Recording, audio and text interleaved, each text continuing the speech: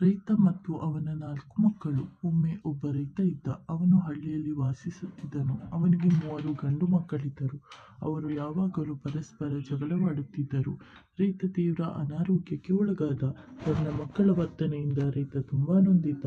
ಒಂದು ದಿನ ರೈತನು ಮಕ್ಕಳ ಬಳಿ ಒಂದು ಕಟ್ಟು ಕಡ್ಡಿಗಳನ್ನು ತರಲು ಹೇಳಿದನು. ಅದನ್ನು ಮುರಿಯುವಂತೆ ಕೇಳಿಕೊಂಡನು. ಅವರು ತಮ್ಮ ಕೈಲಾದಷ್ಟು ಪ್ರಯತ್ನಿಸಿದರು, ಆದರೆ ಅವರಿಂದ ಮುರಿಯಲು ಸಾಧ್ಯವಾಗಲಿಲ್ಲ. ನಂತರ ರೈತನು ಕಡ್ಡಿಗಳ ಕಟ್ಟನ್ನು ಬಿಚ್ಚಲು ಹೇಳಿದನು.